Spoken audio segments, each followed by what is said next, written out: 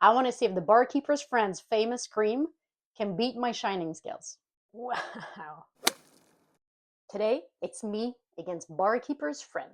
For this competition, we'll be using this Spalding 11 brass putter. May the best win. Unlike last video, I got the right package this time.